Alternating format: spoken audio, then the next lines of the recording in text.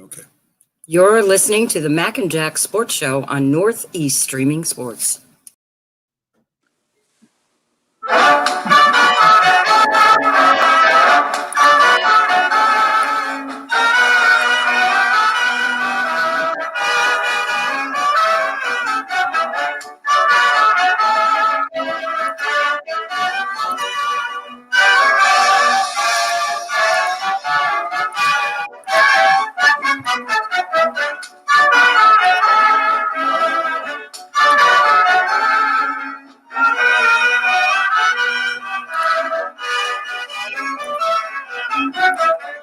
Good morning, everyone, and welcome to the Mac and Jack Sports Show, streaming live on Facebook, YouTube, and Twitch, 8 to 10 a.m. Wednesday through Sunday.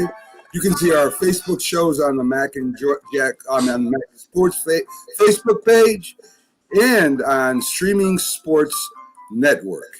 With our platforms also on Twitter and Instagram. Like, follow, comment, share, and subscribe when possible. Check out the website on the macandjacksports.com called Mac's Insiders for information on our weekly guests, articles, team public relations updates, a list of shows on Northeast Streaming, sports, and our great sponsors with links to their products and services. I'm Mac with your co-host, Jack Hirsch, legendary boxing writer and former president of the Boxing Writers Association of America, bringing you national sports with special focus on Northeast professional sports from New York, Boston, and Philly. Good morning, Jack. How you doing? Good morning. I wished you a Happy New Year yesterday, Max. So let me wish Doc a Happy New Year today. That opening music, since you're one of the producers this show, I'm not. I'm just a co-host. I mean, that take me out to the ball game. What ball game, Mac? It's not the baseball season. Right. You're talking about NFL, NBA. I mean, what ball game? It's a ball game every Saturday morning when we have our great guest, Dr. Paul Semendinger, from Start Spreading the News, a popular, very watched blog over there and check him out because it's a fantastic blog. He's one of the founders, or maybe the founder of that blog. He's also a very great author, award-winning, and he has a new book coming out from what I've read. It's on its way to the publisher. And Doc, good morning to you. Happy New Year. And tell us a little bit about that new book you got coming out that's going to get published. Oh, you're awesome. Thank you. Happy New Year, Jack. Happy New Year, Mac. Happy New Year. Let's hope 2021 is one of the great years. And let's hope it's a lot better than 2020, right? In other words, you're saying let's hope the Yankees finally, win the World Series again. That's what you really mean. Exactly. That's sort of unsaid in there, but yes, indeed. The new book, Mac, is called The Least Among Them. It's coming out in October, and it's the story of the 29 players who spent but one day in the major leagues, but that one day was as a Yankee. Wow. And so I talk about each of those 29 players, and then I extrapolate more and tell some other little stories about Yankees history throughout the pages. So, right, I just finished the latest round of edits. It's back at the publisher. It's going through some professional reviews right now from other baseball writers and friends in the industry. And there'll probably be another round or two of edits, but the big day is October 1st, 2021 when it comes out. Are there like 20? Can I ask? Are there like 29 Moonlight Grams in that book? Yes, that's what it is. It's 29 Moonlight Grams. A quick cup of coffee. I mean, that's fascinating stuff to me. Guys, they kind of fulfill their dream, but then it's quickly taken away from them. But they always have that great memory that they got to actually experience something that we all dream of. Oh, are you kidding? I still dream of it. I'll be 53 next summer, and I'm still hoping that the Yankees call me. They will. After Voit leaves, Doc, you're going to come right up and fill it at first base so that, we can continue watching the great first basemen of the Yankees, and you'll be one of them. You'll be another Lou Gehrig, Doc. You have to play like 20 years to catch. I can do it. I think you can, too. And speaking of that, guys, we always like to start off today's show with our Yankee poll question and Yankee trivia. And so we're going to get to that. I do place a poll in the three Yankee groups I belong to. And I ask them their what their feelings are on certain things about the Yankees, and we've had some really, really good answers. So, but before we get to that, we got to do it proper, guys. We've got to introduce our Yankee segment here.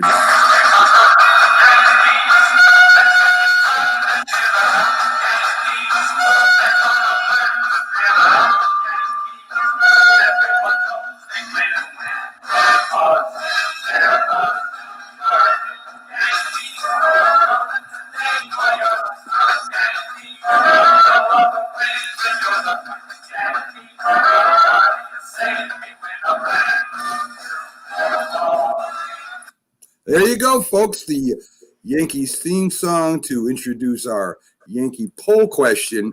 And guys, the Yankee poll question today that I posted to those three groups, what was the best power duo the Yankees had? Ruth and Gehrig or Mantle and Maris? Now, consistently, I would say that, it's pretty easy, the answer to that. But if you take into account that 1961 year, it makes it a little bit more difficult what the decision would be. So I'm gonna start with you, Jack. Who would you say now? Remember the 1961 year. Who was the greatest power duo?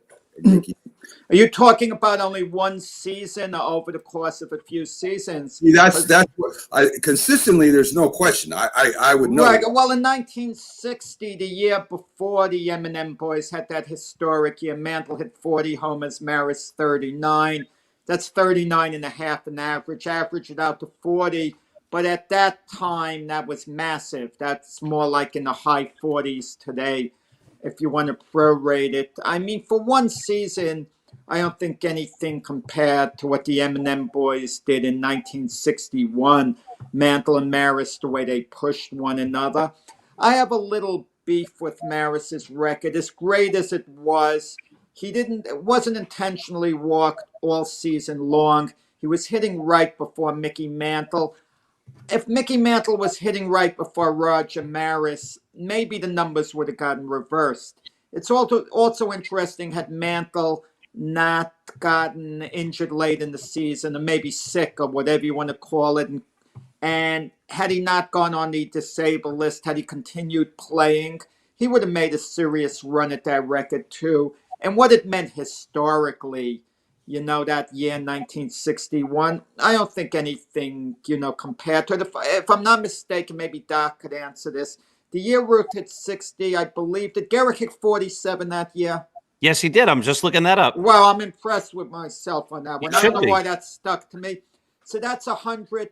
Okay, so that really, if my math isn't wrong, that's 107 homers on the season compared to 61 and 54. That's 115 if I'm doing quick math in my head. I'm doing the math with you. Yeah, you're correct. Yeah. Okay, so, and then you could look at the pitching they faced and everything else. I'm not sure was there a big difference in the pitching between 61 and 27, even though the pitches were supposed to get better as you went along. But the 61 Yankees had night games and more travel than the 27 Yankees had. Don't misunderstand me. The Ruth Gehrig duo is superior to the Mantle Maris duo. That, Mac, no argument there. But for one given season, I don't think any two teammates compared to the 61 Yankees M&M boys.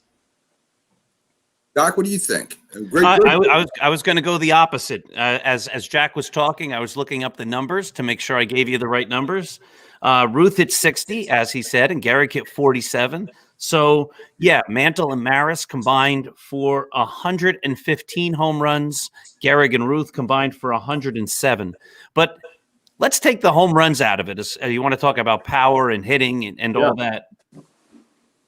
Gehrig in 1927 drove home 173 runs. Ruth drove home 165. Now, I don't have Maris's and Mantle's numbers in front of me. I wasn't that quick. But they weren't anywhere near that. And in addition, like you look at 61. 61 was a year of expansion. It was definitely diluted pitching. And you look at the home run leaders in 1927. Ruth hit 60. Gehrig hit 47. The next closest guy in baseball was Cy Williams with 30. And so you're looking at the fact that Gehrig and Ruth didn't just have a whole bunch of home runs; they blew the competition away. The next guy after that's Rogers Hack. If you're looking at all of baseball, Hack Wilson with 30, and then Rogers Hornsby with only 26. So not only were these guys hitting home runs, they were hitting home runs at a rate that wasn't even comparable with the rest of the league. So I'll still go with Gehrig and Ruth. Well, to add to your argument, and then we will see whether you could add to mine. Mantle and Maris had 8 more games. That's a total of 16 more games, 8 more homers they hit combined in 16 more games. But I don't know the answer to this. Maybe you have it in front of you. The total at-bats, okay? You know, they had the opportunities to hit homers.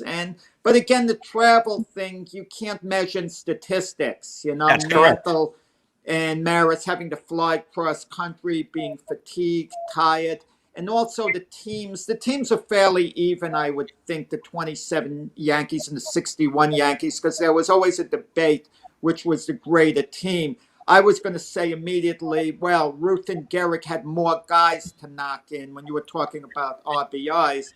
But then Mantle and Maris, that wasn't exactly too shabby a team for those guys either. Very true.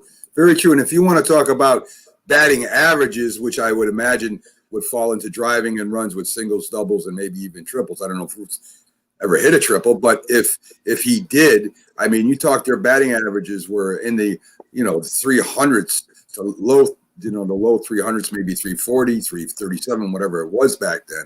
So as far as complete hitters go, and as Doc said about driving and runs, of course they would have an edge on both. How many walks did they have compared to Mickey Mantle? We know Maris, wasn't intentionally walked. But compared to Mickey, I'm just a little curious, Babe Ruth, Gehrig, the amount of walks. All right, I'm going to get it for you right now. Thank you. All right, here we go. The 27 Yankees. Lou Gehrig hit 373. He was walked 109 times. Wow. Babe Ruth hit 356. He was walked 137 times. Yeah. We look at the 61 Yankees. Maris hit 269. He was walked 94 times. Mantle hit 317. He was walked 126 times.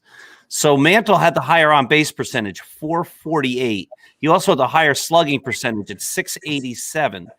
If you look at on-base for Gehrig, his on-base was 474. His slugging was 765, and the Ruth slugged at 772. So what was Mantle's batting average that year? All of a sudden I'm thinking doing a Mickey to Mickey comparison to when he won the Triple Crown.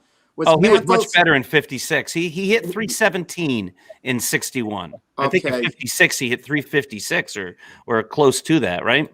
Right. So Mickey had the Triple Crown year was his best year. I was thinking for a second, could you make a case for 61 being it? But I'll tell you this, had he been hitting in front of Roger Maris, Mickey, that year, imagine what his numbers would have been.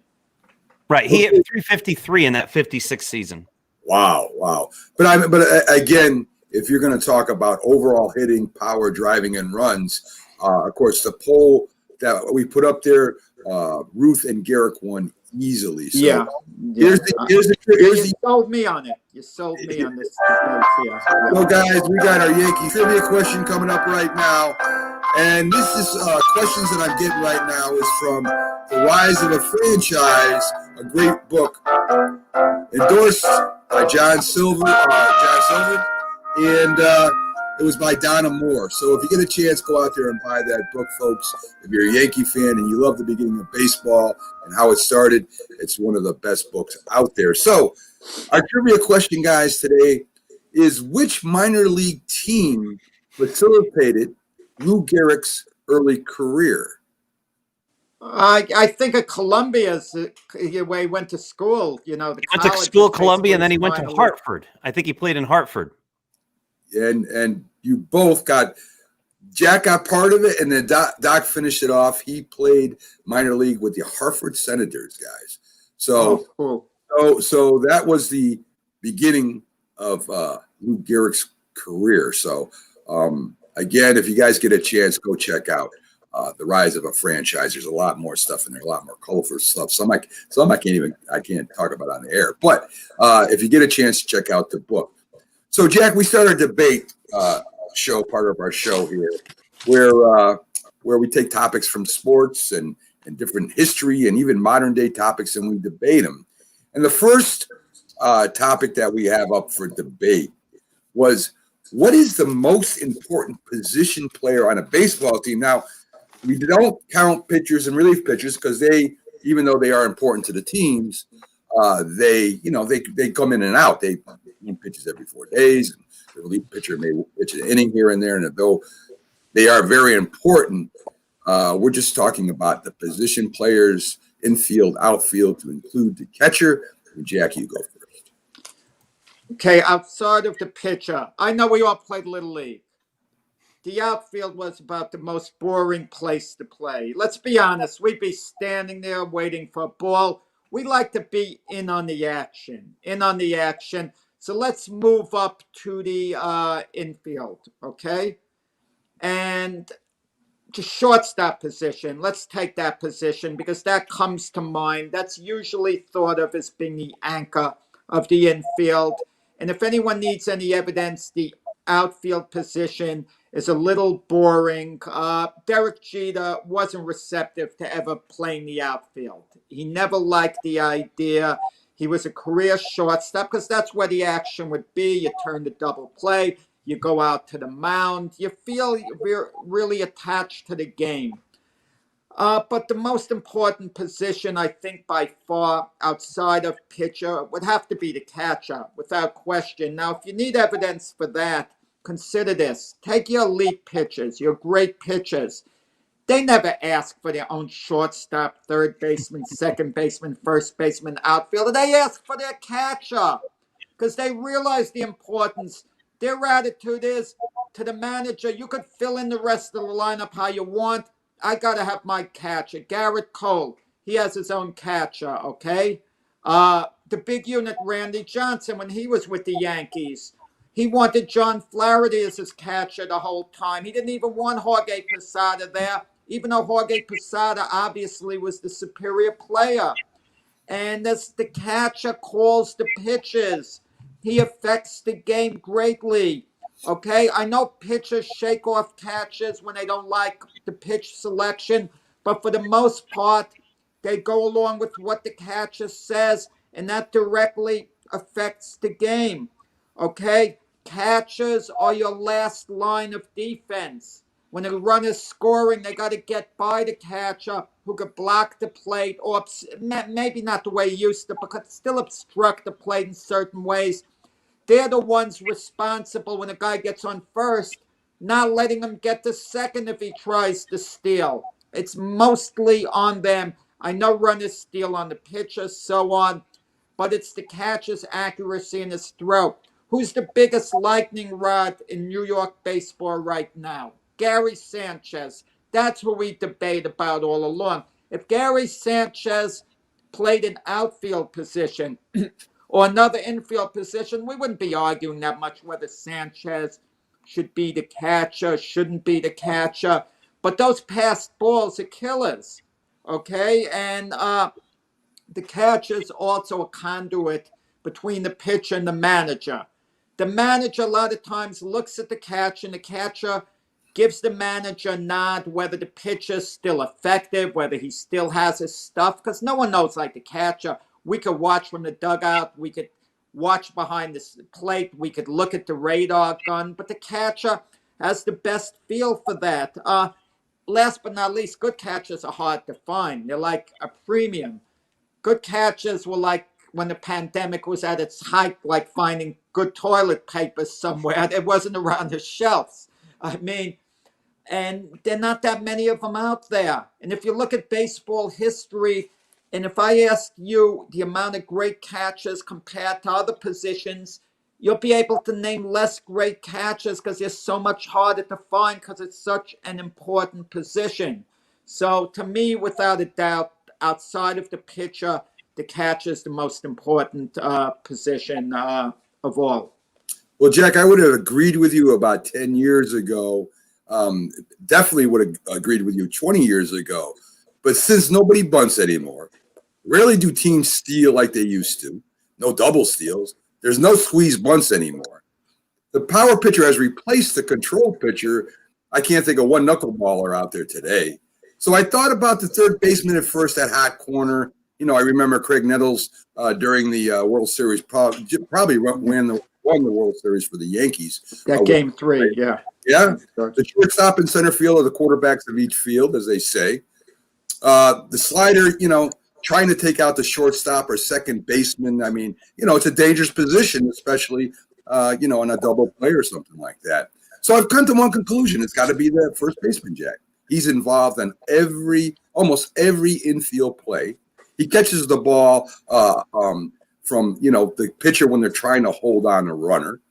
He's the force play. He's the automatic force play on every play. And if he doesn't have a good stretcher, a good glove over there, you're going to get people not only on first base, but maybe in scoring position. If the ball gets by him, as I said, the runner goes to second base. So he also has a hot corner. The righties are still more than the lefties, but lefties are in baseball, and he's got a hot corner, and he's got to hold the guy on while playing that hot corner and trying to stop, the base hits when the lefty is up. And if you think about first baseman, Jack, what comes to mind offensively, right? Power hitters. Lou Gehrig, Tito Martinez, and last year Luke Voigt wins the home run championship, right? So it's got to be first base, Jack. The catcher, I agree, 10 years ago with all the bunting. You could run over the catcher at that time, right? That wasn't against the rules anymore. Remember Pete Rose in the All-Star game? Knocking the catcher out of the game practically. And it's automatic out every play. He's involved in every play. And he's got to handle that pitcher coming over to him. If it gets by him when he's holding the runner on, again, a runner goes to scoring position. So while catcher, I agree, is very important as some of the other positions, Jack, in today's game, I'd have to go with the first baseman. So, Doc, you're up. Let's see. I will rebut when Doc is done. Yes. Unless he convinces All right, me otherwise. and so the rules were I wasn't allowed to take either of those positions, and so I would have to take a different position. Oh, no, you could take one of those positions. Well, who gave you those rules? That's Matt, because he knows he doesn't have that great of an argument. He doesn't want you agreeing with me. He's scared about that. Oh, come on, Doc, Matt. Actually, he could agree with one of these points, but I want to get it more varied where we have another position that we can think about for the debate, and that's the reason why. All right, so just I believe I'm correct in this, that the position where there's the fewest Hall of Famers is actually third base for whatever reason, and I sometimes use that as an argument why a guy like Greg Nettles certainly stacks up with the guys who are in the Hall of Fame and should be there, but I don't believe third base is the most important position. Taking away the catcher, which would have been my choice, I would have to say that the other two most important positions, obviously, are shortstop and center field. And if you then have to make a decision between shortstop and center field, the shortstop's obviously involved in more plays. The shortstop is usually the leader of the infield. He's usually your best fielder in the infield. And, of course, yes, he's involved in steals. He's involved in backing up plays. He's involved in relays. And I don't believe there's ever been a great team or many great teams without a high-quality shortstop. Usually a shortstop is an integral part of building a great team. It's one of the arguments with the Yankees going into 2021 is Gleyber Torres a good shortstop defensively. Offensively, he's great, but can he be a shortstop on a championship team? And, that's why some people are clamoring for Francisco Lindor or a player like that to bring in some super high talent offensively and defensively, because it'd be tough to win a game, a World Series or a championship without a great defensive shortstop. I would have spied at Mac for not giving you the flexibility. You know what I would have told Mac my position was, just to spite him? Designated hitter. I would have told him. And I would have pointed out to Big Poppy, David Ortiz, how valuable. But let me just say something, all seriousness. Take two of the greatest Yankees of all time, Joe DiMaggio and Mickey Mantle, both center fielders. DiMaggio may be the best defensively ever of all time. Mantle, a good one. When they got old, where did they put them when they tried to hide them somewhere where there was no DH? They put them at first base. Very Now, true. when I was a kid, I stopped playing baseball when I was 17. That's when my major league ambitions basically died. But I was a first baseman from Little League going up the whole way. So I appreciate the position a tremendous amount. It's underrated. It's very important, the responsibilities. And it used to bother me for years. People would think, well, it's not that important. You don't have to throw there. You don't have to this. You don't have to that. But it's very, very important. And as time goes by, I'm developing more of an appreciation for Keith Hernandez's 11 Golden Gloves and Donnie Mattingly's 9 Golden Gloves. When you talk about Hall of Fame voting, I wish the people would look at something like Hernandez's 11 Golden Gloves, meaning he had 11 elite years at least. If he could win a gold, on one side of the, ball on defense. And it's just, every position's important. How can you say, second base hasn't gotten any love from us? You could make an argument there. But I notice you take Ozzie Smith, great fielder, not that much of a hitter, okay? Certainly no power, that department.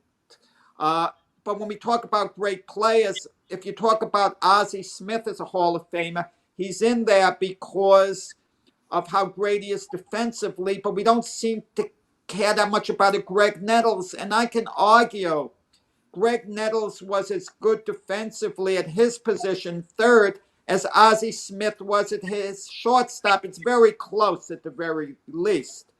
But yet Greg Nettles, no one would think of him as being a Hall of Famer for the most part. And Ozzie Smith is in the Hall of Fame. And with two Greg Nettles, to that point, if you look up the stats from when Nettles and Reggie Jackson played and when they went to the World Series, Nettles hit more home runs than him one year and tied him in the next year. So he provided quite a bit of power for the Yankees during that World Series run in the late 70s. So, listen, they're all important. I just think that the catcher has fell off a little bit from what it used to be because, there's not too many there are not too many pitchers that are eating at the corners as there used to be. There's not as many pure sinker ball slider pitchers as there was, but the catcher, of course. Well, I'm going to put Doc on the spot with this question, and this, I think, will settle the argument in my favor. We all love Donnie Mattingly, right?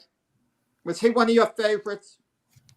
Great player. Let's make believe Donnie Baseball is 22 years old. He's not going to have any back issues. He's going to have a 15-year career as we know him, Donnie Baseball. Let's say Luke Voigt retires, and we could have Donnie, 22 years old. You know the player he's going to be as our first baseman. You'll be over the moon about that, right? But you have a choice. Johnny Bench at 22 as your catcher the next 15 years. You have a choice, Bench or Mattingly, and I absolutely love Donnie Mattingly. Let me say that. I'm a big Donnie Mattingly fan. I wish he was in the Hall of Fame. I think he should get there. Whether he does or not, that's another issue. As much as I hate to say it, I'm picking Johnny Bench because you just can't find catchers like that. And you can't find first basemen like Donnie Mattingly either, but you know what I'm saying. Before Doc answers that question, let me throw this at his way. Suppose you had a choice of having Lou Gehrig at first base or Johnny Bench.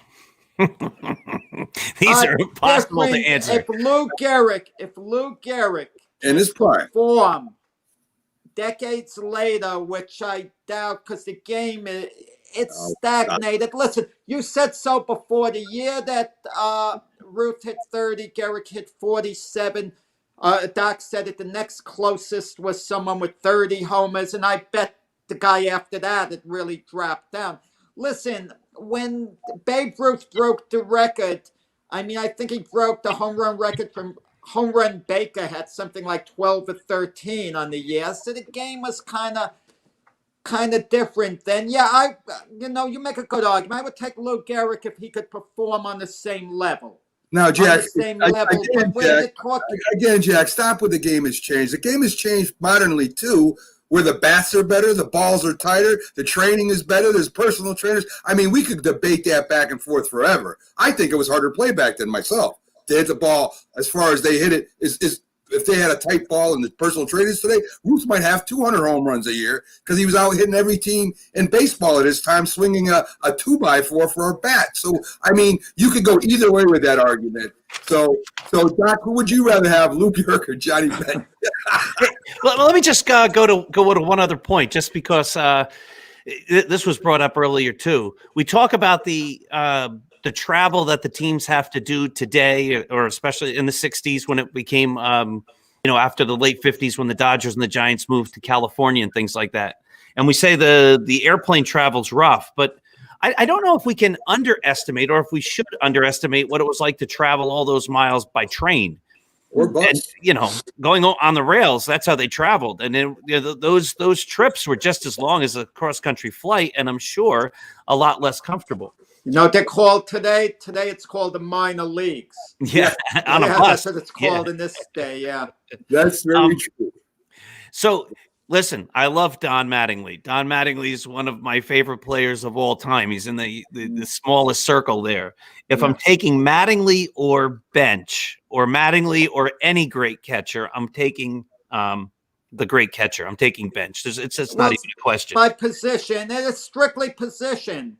And if I'm but if you're talking Lou Gehrig, who's one of the elite, probably top 5, definitely top 10 players of all time, you're taking Lou Gehrig. You're going to take Babe Ruth. You're going to take Ted Williams. You're going to take Ty Cobb. You're going to take Willie Mays. You're going to take Hank Aaron. Any of those guys changes the dynamic. Yeah, Mac makes a good point. I would have to take Lou Gehrig in that spot. As much as I love Ted Williams, I only take him if there's a DH.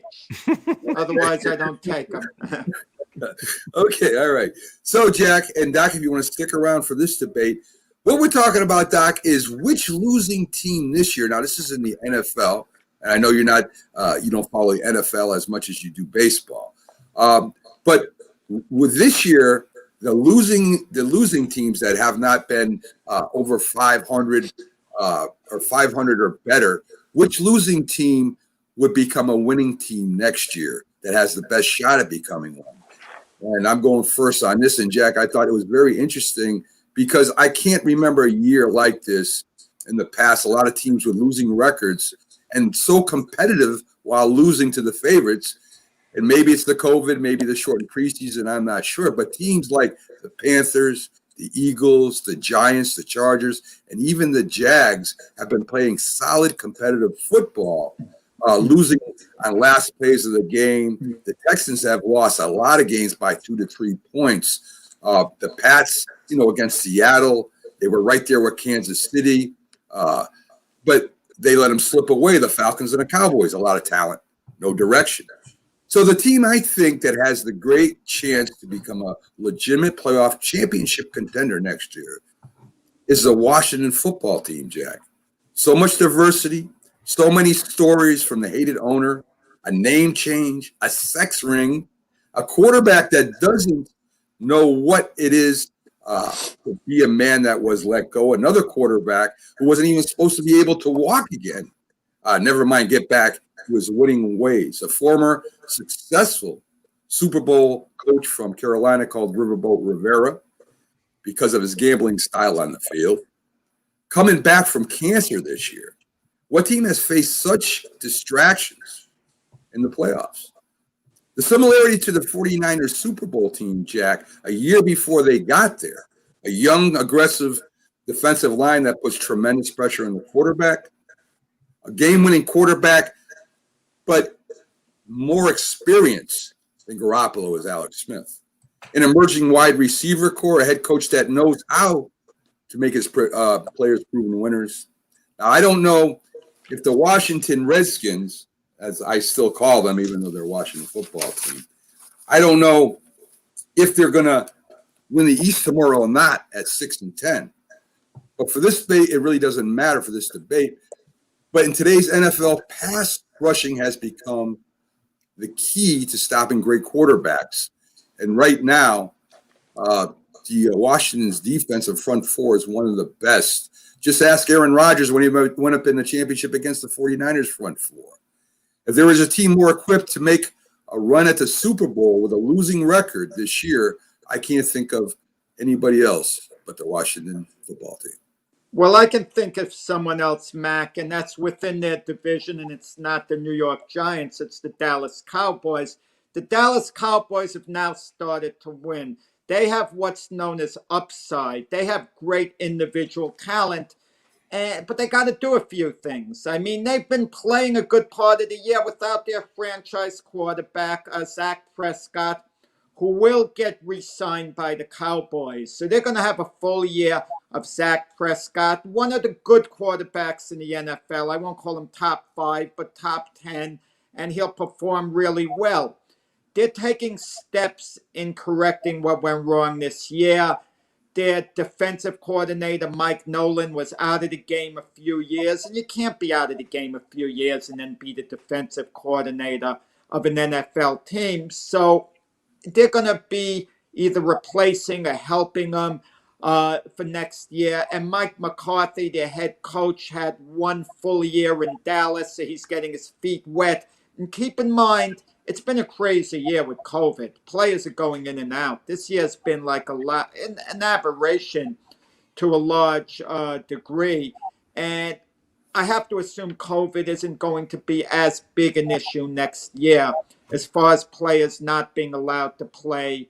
Their defensive end, Randy Gregory, going back to defense, they were even misusing him this year. He didn't play till week 7. And then when he played, they played him in a conservative like defense. But they're more or less allowing him to roam free now. And he's putting a lot of pressure on the quarterback. Ezekiel Elliott, after a great rookie year, he's been hurt a couple of years on and off. Dallas is offensive line, a lot of injuries and so on. But now Ezekiel Elliott's getting back in form. I look for him to have a great year next year. And last but not least, your favorite owner in sports, Mac, Jerry Jones.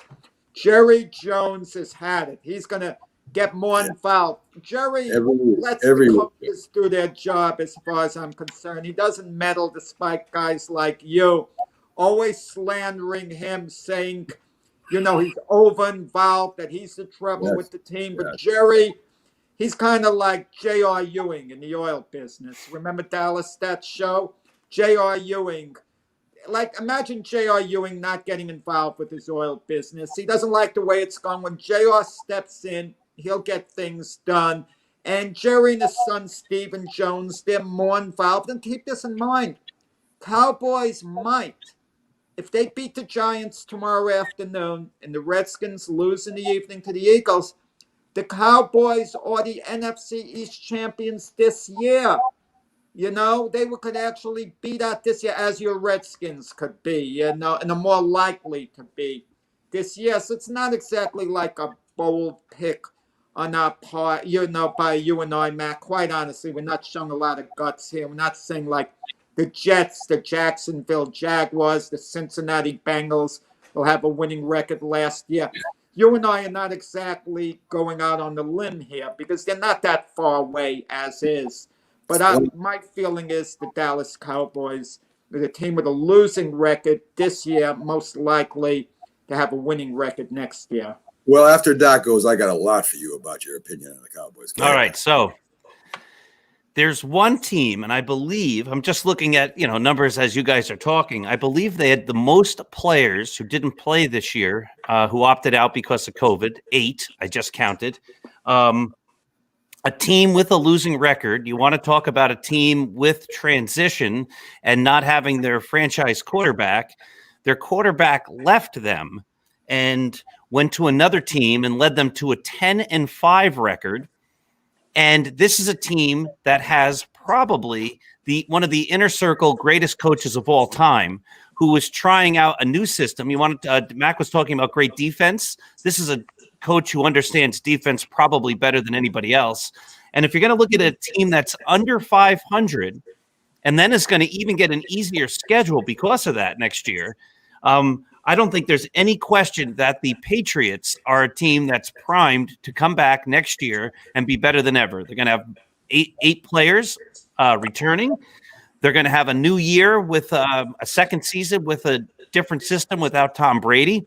And yeah, I think you have one of the greatest coaches of all time who can figure this all out in Bill Belichick. So if I had to pick a team who's going to turn it around, I'm going to pick the New England Patriots. Yeah.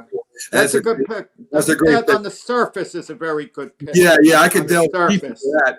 But just the coach alone, you would think that they would do that. But Jack, would you please stop with the Dallas Cowboys?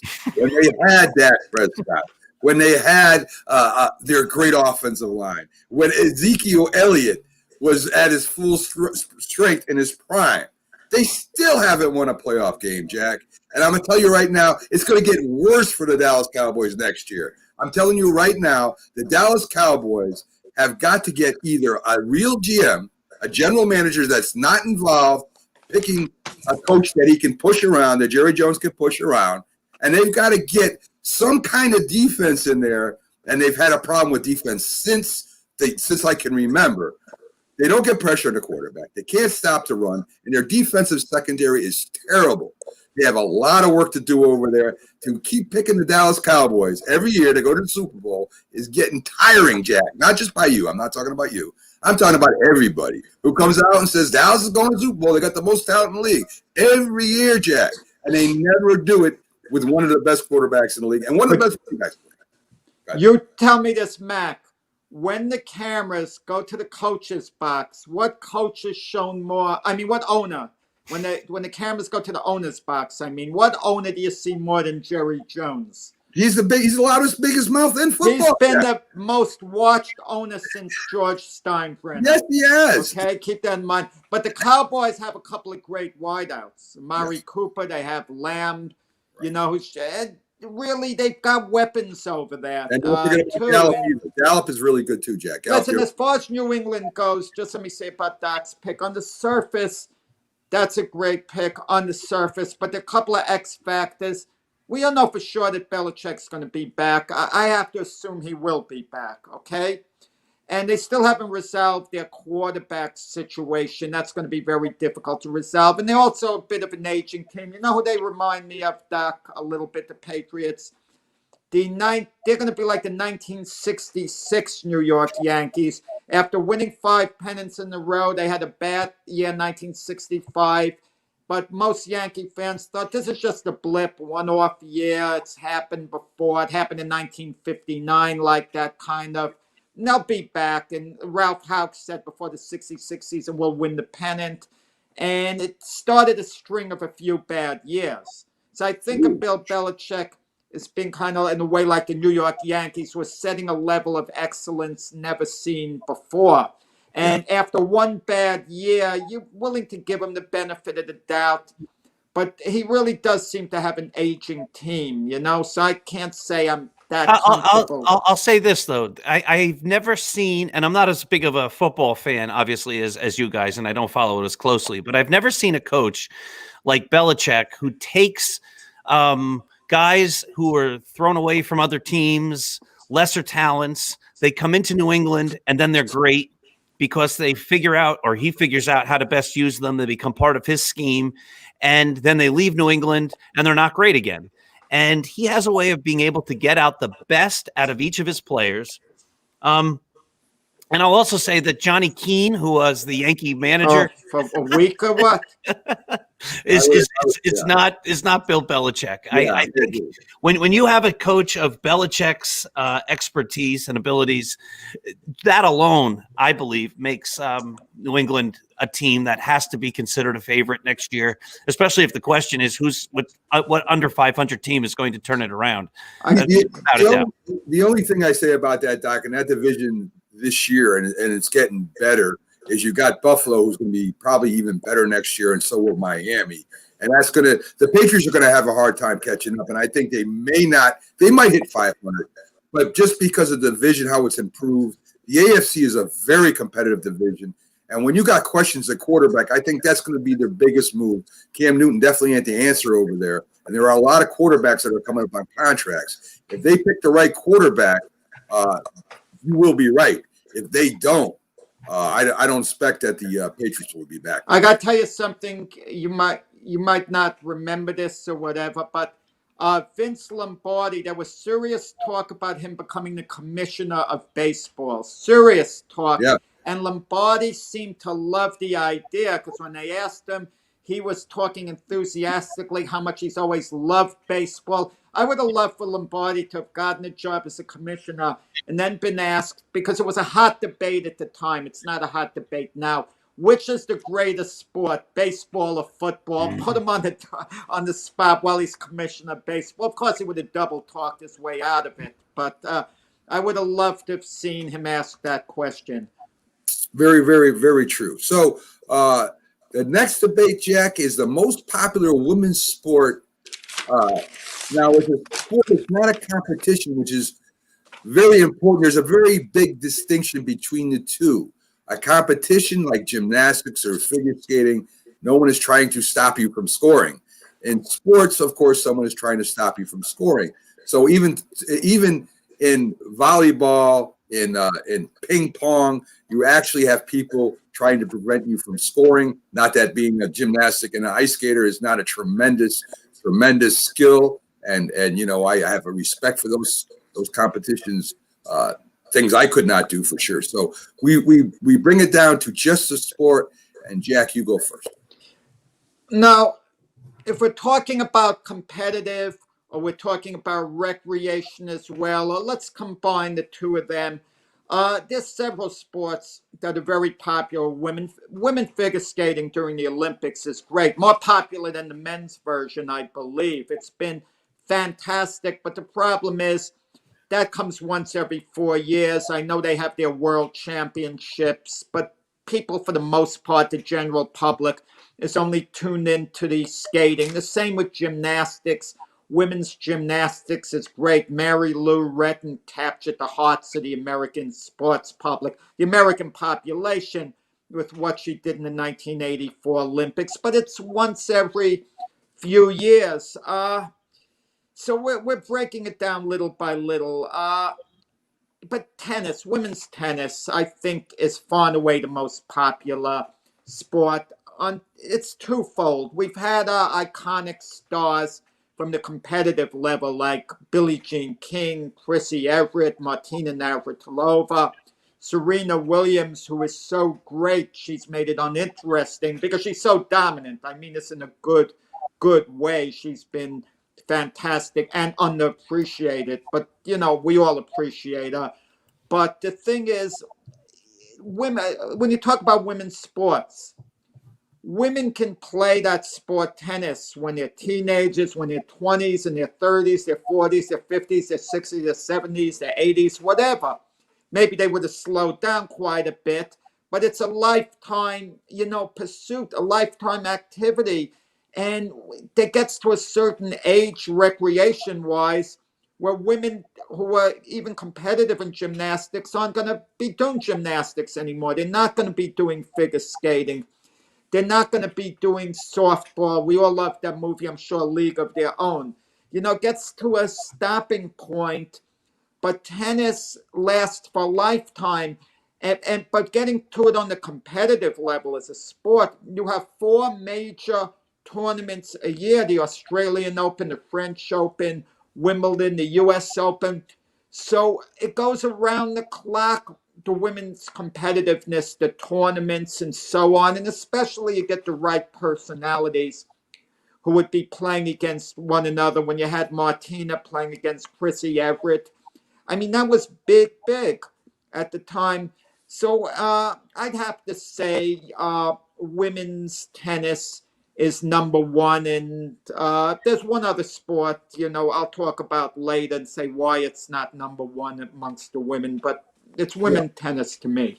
I tend to agree with you and almost give you the debate, but I'm gonna throw women's basketball in there, Jack, and here's why. Not so much of the success of the women's basketball league by itself. The popularity has a lot to do with the NBA throwing its weight behind it. So the women's basketball is on TV all the time. I mean, you see that more than you even see tennis. And the start of the women's basketball started with a team from my state, the UConn's women team, college team, where the sport grew and became nationwide when they had their perfect season. It moved into a subdivision of what wasn't the NBA, WNBA at the time. It was a different professional basketball league. And believe it or not, all the UConn women, when it was called the Connecticut Blitz, if I'm correct, Jack, I'm almost positive that's what it was called. And they sold out every time they were in the Hartford Civic Center. The skill that's required to play basketball, I'm not going to say tennis is not less skillful, but it's a team sport where you've got to know what everybody's doing at the same time. You've got to have unique talent to shoot the ball, dribble, play defense, the whole 9 yards. And I'll tell you, any one of those women basketball players could beat most men that aren't professional. And maybe some of the elite college teams. But it has grown in high schools, Jack. I mean, there are more. When I was in high school, there was no such thing as a girls' high school basketball team. Now they sprung up all across the country where girls can actually get scholarships to college playing basketball. That was unheard of when I was growing up. And it's on the newspapers. It's on local TV. You see the high school wonder from Stafford Springs, making 30 points, and she's going to get a scholarship to UConn or Notre Dame. In fact, it's gotten so popular in college, Jack, that all the teams, all the major universities have invested in recruiting high school basketball players to catch up to UConn. So now you can look at college basketball for the ladies, and you can see Notre Dame's there, and all these different universities have now started to catch up to UConn. Now, again, I'm not going to say that the WNBA without the NBA would still be around today. Probably would not, because it loses money for the NBA. But as a sport that gives hope to some high school girls that you can go to college on this scholarship, and if you want to be on TV, Jack, women's basketball is all over the place. So that's why I put up the counter argument that women's basketball is just as popular as women's. Let me just say the WNBA ratings have been awful. I agree. Awful. And that's not, you're saying thank you? They've been bad, I mean, Mac. No. I said I agree with you. But the tennis ratings have been much better. I agree. Okay. Let's keep in mind, sometimes a sport will come along like soccer, where you have a team, like the 99ers or whatever. Yeah. And they really, and they're competing for the World Cup of women's team. The whole country gets behind them. And at that moment, they're every bit as popular as men's sports, maybe even more so, but it doesn't last long. Agreed. The male sports like the NFL is here to stay. Major League Baseball is here to stay. The NBA is here to stay. NHL. We know it goes on and on and on. The women hit a certain peak in popularity and then kind of slide back a little bit. But my thing is tennis is consistent. Serena Williams is with us all the time. Martina was with us all the time. Prissy Everett, Billie Jean King, they never went away. They were with us for the duration of their career. That's the point I'm trying to say in popularity, and also the recreation part. Agree. As great as basketball is, Mac, I could venture to say, Mac, if I spent the day with you and Doc just driving around looking for women in recreation, I can nearly guarantee you we're not going to see any 45-year-old women taking jump shots in one of the parks. But we will see them on the tennis courts. But if you look, Jack, at the high school level, how much the women's basketball has grown and has given youngsters a chance to get college, to go to college on scholarships and get a college education, it's a lot more than in tennis, Jack. So I agree with you that the popularity of tennis, especially at the adult level, is a lot more popular than basketball. At the youth level, there's a lot more women's basketball players than there are women tennis players, and there's a lot more games going on. And if you look at just Rebecca Lobo alone, Jack, from UConn, she went on to play professional women's basketball, and now is an analyst. So again, it opens up not only being an analyst in women's basketball, but I see a lot of women analysts, former basketball women professional analysts, just analyzing NBA on networks. So all I'm saying is that I agree with you that tennis is probably the best, of the best as far as being known, being a single sport. But college has more opportunities. The women's basketball gives up a lot more opportunities than doesn't tennis. Well, I want to hear what Doc has to say, and I could venture to guess he might say women's softball, which wouldn't be that bad a selection. Well, by numbers of players, right? There's more players in Yeah. a softball team than on a basketball team. Great point. Yeah. There probably are fewer tennis scholarships because of the fact that tennis is a singular or a doubles game rather than 5 people on the court. And then you need, a roster of 10 or 11 or 12 kids to be on a basketball team. You usually don't carry that many kids on a tennis team, even if you're playing competition. So I have to say that of the sports, the one that's retained its popularity and the one that is the most popular, I think it's obviously tennis. The thing with the Olympics and the World Cup is as Mac was saying, those are sports that only come around every 4 years. So when they do, they're exciting, but they're not able to sustain that interest. Even men's soccer doesn't. If there's a great team, it's exciting during the World Cup, but other times it's not. As far as being athletes, I think you as you started the argument or the discussion or the debate, the idea of who are the best athletes, I think it's hard to rule against the gymnasts as far as just athletic ability and things like that. Yeah, the strength that those kids have to have in order to be able to do all of those various moves and jump and pull yourself up. There's been the argument that the gymnasts, male and female, are the best conditioned athletes out there because of all of the various moves and things that they have to do. And it's really a feat of strength is what gymnastics is. Right. I have one sport we didn't mention, Doc. Me of all people, I should have mentioned boxing. Right. I mean, all you need is one personality along the lines of a Mike Tyson, a compelling personality, and people will talk more and more about women boxing. It doesn't measure up to tennis or basketball quite at this point. You bring up a great question of a sport that we failed to talk about too, and that's MMA. There are very popular women MMA champions out there that are out there right now and MMA has a huge fan base.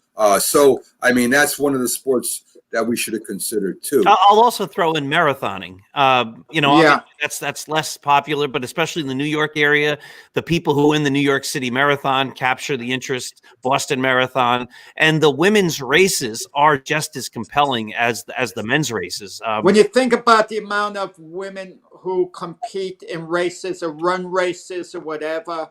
I mean, you can make an argument that road racing or just jogging, and they do, let's say even if a woman does one race a year, does a 5K, a neighborhood 5K, you could call it a competition, even though maybe she's competing against her own times, maybe within her age group. So you can make a good point for that.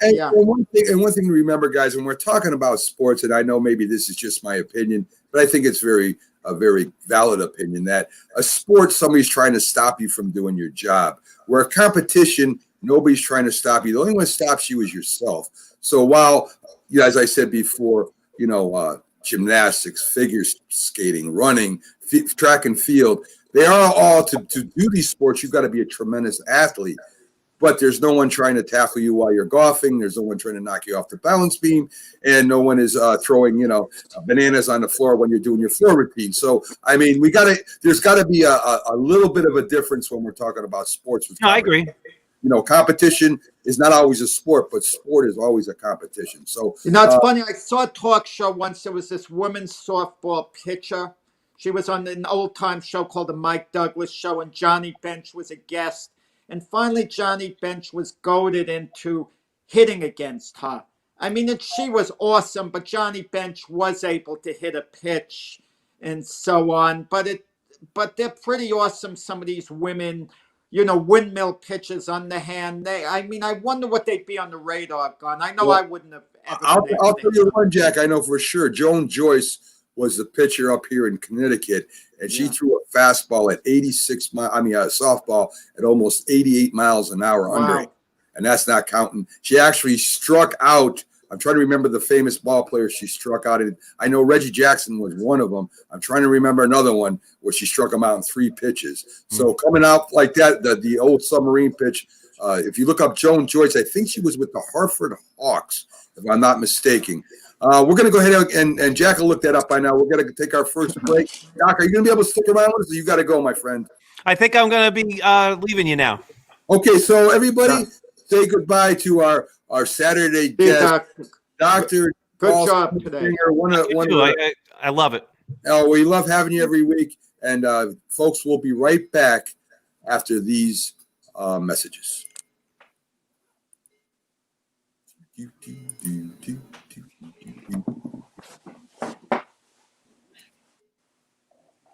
If you served honorably in our nation's armed forces and you're looking for a way to continue serving your fellow veterans in your community, then join AMVETS. Each year, AMVETS members volunteer millions of hours at VA healthcare facilities from coast to coast, helping to improve the lives of veterans through the VA Voluntary Services Program. AMVETS posts and departments also participate in a wide variety of community service projects, ranging from Americanism in our schools to supporting the Special Olympics and Boy Scouts of America. If you no longer wear the uniform today, you can still serve through the AMVETS by joining today at amvets.org. When you hear the word asthma, you probably think of shortness of breath, coughing, or inhalers. Lots of things can trigger asthma, but the fact is that asthma doesn't just attack, it can kill. But with proper medical management, asthma is controllable. If you experience shortness of breath, wheezing, tightness in your chest, or persistent nighttime coughing, you may have asthma. See your doctor and get the facts. You'll breathe easier. For more information, call 211 Info Line. A message from the Connecticut Department of Public Health, keeping Connecticut healthy. Hi, Grandma. What's for dinner? Hey, honey, I'm making stew tonight. Ooh, can Nina come over? I'm not sure about our new friend. I wonder if there's been any drinking going on. Alcohol at her age can lead to so many bad things. I've been meaning to ask you, what would happen if someone offered you a drink? Grandma? This is hard. She's so young, but I know I need to talk to her about it now before someone tries to give her alcohol. If anyone ever does offer you a drink, I want you to say no. I have too much respect for my family, and I don't want to get in trouble. Okay. Really? I promise, Grandma. I love you too. Okay, how about tasting this stew and telling me what you think? Some children may try alcohol as young as 9 years old. It's not too early to talk about drinking. For tips on how to begin the conversation, visit underagedrinking.samhsa.gov. That's underagedrinking.samhsa.gov. This message brought to you by SAMHSA and this station. If you talk and they will hear you every single time. Oh, we're getting killed. Yeah, well, Kyle's not here. How come? Kicked off the team. Didn't Tim tell you? Kyle and some other kids got caught drinking beer in the park a couple of nights ago. Really? Yeah. Zero tolerance. He's out for the season. Come on, it's a first offense, right? That we know of. But why should that matter? He knew not to drink. I've made it clear to Matt that's what we expect from him. What have you said to Tim? Nothing really. A lot of kids tried at this age, so. Yeah, well, a lot of kids don't try it too. I'm not saying that Matt's going to be this perfect kid, but if I don't tell him what we expect and why he shouldn't drink, how's he going to know? You think kids that age really listen? They never admit it, Bill, but they hear more than you think. Talk. They hear you. For more information about talking with kids about underage drinking, visit underagedrinking.samhsa.gov.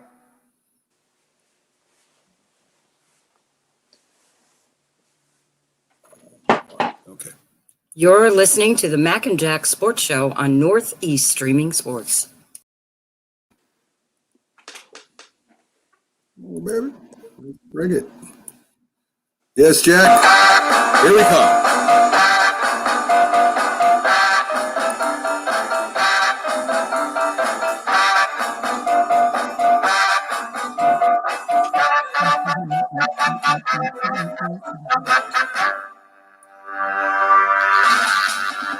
Good morning, everybody, and welcome back to the Mac and Jack Sports Show. We're live Wednesday through Sunday, 8 to 10 a.m., and today we're on our debate show where we had Dr. Paul Semendinger on, one of our favorite guests. He's probably one of the most knowledgeable guys I know about the Yankees, Jack. Oh yeah, He has absolutely. a great blog over there called Start Spreading the News. Check it out if you get a chance. It's an incredible site. Has all kinds of different segments on that blog, from history, updates, and personal stories on the Yankees and baseball itself, really. I'm going to take care of a couple parts of business coming back, Jack. We have closed out our giveaway, as you would say, or a bid on sports cars to the Best Wishes Foundation, where we raised money for Byron Williams, one of our guests, his foundation that help out children, underprivileged, no government involvement at all. He just goes and buys the stuff what the kids need. He also has mentoring sessions with them. A lot of these kids don't have fathers in their household. And to me, it's really cool that the man does this and does this for his community down in Texas. And of course, he has strong affiliations, being the Giants and Eagles former wide receiver to us up here in the Northeast. We also have a couple sponsors I want to mention really quick. The Fanatics Sports Shop, if you go to our website at macandjacksports.com, we have a link to all their apparel. You can get your favorite teams from any sport. You can order, just click on a link, go right to the store. We also have bstbreakers.com, one of our sponsors, with signed jerseys. You know, they're valid. They come with authenticity, and they also have some of the greatest sports cards in the country. So if you're into memorabilia, you're into cards like I am, that's the place to go. If you put in the Mac and Jack code, MACJACK, you get $10 off their already low prices. So, Jack, that's our business as we handle it.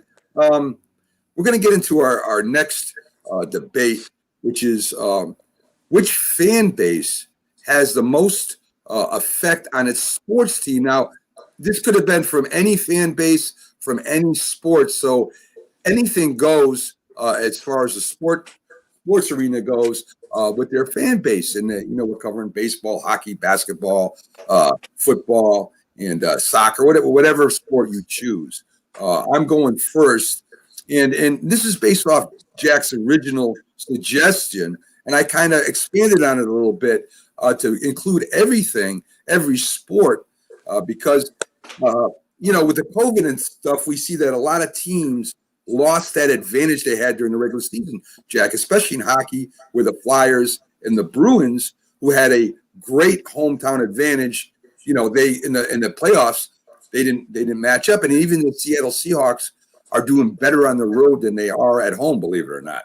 So considering, if you look at baseball, you could kind of get into the batter's head, right? If the fans, he's in the batting box and they're yelling things at him. But if it gets into his head, he probably shouldn't be playing. In basketball, you're right on top of the court. You're actually going to get hit or run over by a basketball or a basketball player at any time. And hockey, you're right up on the rink. You've got that glass there, and you can see the action, and you can really carry a team as they did with Boston and the Flyers during the regular season. But,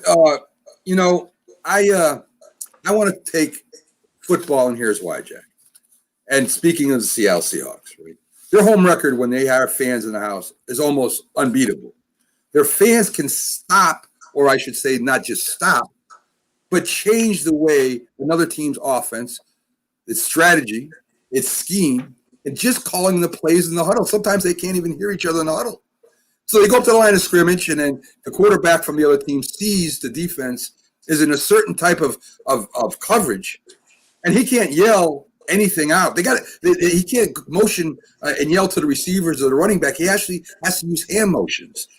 And when you're calling the plays, a simple thing is the snap, the cadence. They can't hear it. So he's got to go on a silent count, which takes away the advantage of the offense, knowing when the play starts. So the defense on the other team can easily time the rush on the quarterbacks. Kansas City is the same way. Green Bay. You're up there. The fans are going crazy. Buffalo, their fans have a direct and indirect cause on whether the other team wins or loses. It's not just the weather conditions, Jack. So there are a lot of different sports that have a home field advantage. But I don't know of one sport, I don't care if it's basketball, hockey, baseball, where you got to change the way you call plays and you don't even know, you can't even hear the snap count. I don't know of any other sports that does that.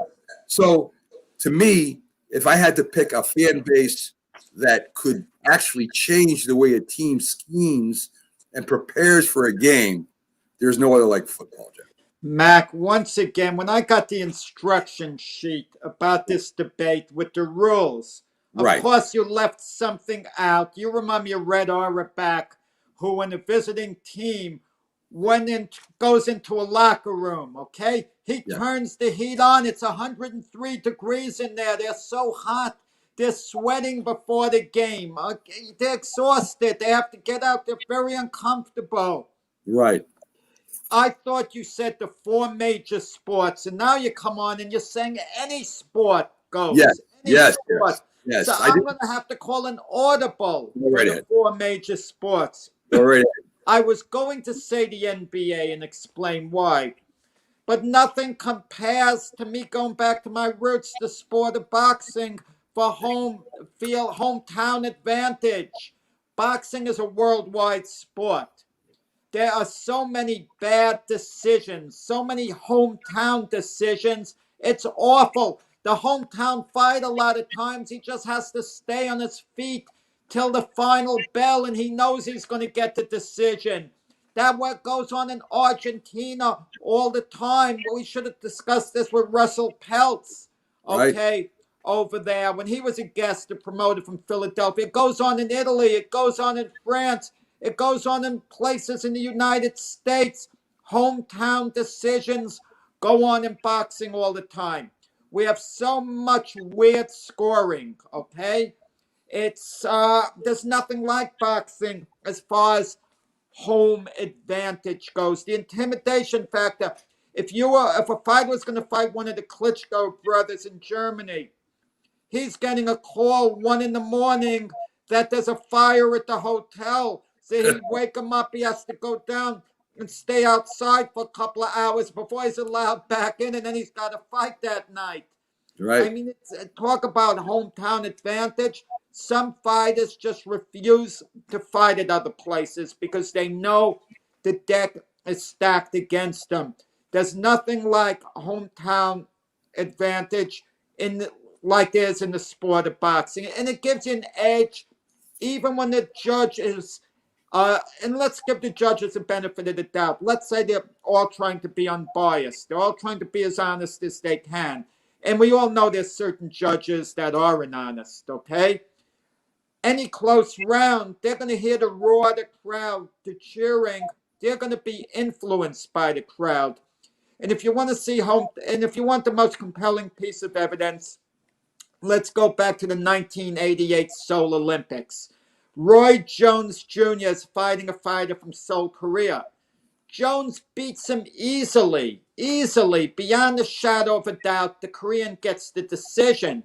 And it was so embarrassing, the Korean getting the gold medal and Jones the silver medal. Roy Jones was given the Val Baker Trophy that's given to the outstanding boxer of those Olympic Games. He didn't even win the gold medal, and they give him the Outstanding Boxer Award. That's how crazy it is. There's nothing like boxing, with hometown decisions. The NBA used to, if we talk about the four sports, I think home court advantage was the biggest home court advantage of all. But now things have kind of turned a little the last few years where visiting teams are winning more on the road. But there was a time when it was awesome what home, court advantage meant. Well, I did, first of all, to defend myself, I never said the four major sports. I said in sports. But the boxing, I would agree to you, except a lot of boxing matches, as you said, aren't held in home field or in home territory. Most of them are fought in neutral places, where football, that does not happen. In fact, in any other major sport, that does not happen, except for in the Super Bowl. Even in baseball, they play, the World Series at their home parks. And in boxing, Jack, you don't have to change your strategy because the the home crowd is cheering. You know what your strategy is. You watch the tape on the other boxer. You thinking to take advantage of what advantages that you do have, and your strategy on how he fights. So that's why I still say football, when you've got to change your scheme. Well, I will say this: football. They say in New Orleans, the Saints had one of the best home field advantages of all. Yes. Keep in mind, the last couple of years in the playoffs, they lost Very their true. playoff games at home, couldn't quite get to the Super Bowl. Green Bay's obviously very hard to win at. It's cold, so on. But the Packers have only won one Super Bowl over Aaron Rodgers. But I know you can only blame that partially on home field, and maybe not at all on home field. But when the Giants went to one of their two Super Bowls with Eli Manning, they beat the Packers in Green Bay in the cold weather. True. And the home field absolutely is a nice advantage to have. Definitely. No And that's matter where you are. any I sport. think in baseball it means very little. I hate to say it. I mean, the year the Nationals beat the Astros in the World Series, all 7 games the visiting team won. Right. Which is kind of rarity. But then again, when Arizona beat the Yankees in the World Series, the home team won all 7 games. So, it's hit and miss. You've got to consider the travel and hurrying up to, you're out of your routine. You've got to hurry up to practice. I mean, we didn't even take that into account because we're just talking about fan bases. But I mean, the home field should be an advantage just because you don't have to get on a plane, get in your hotel, get moved in, get everything together, get all the team stuff off the plane and put it all together to have practices.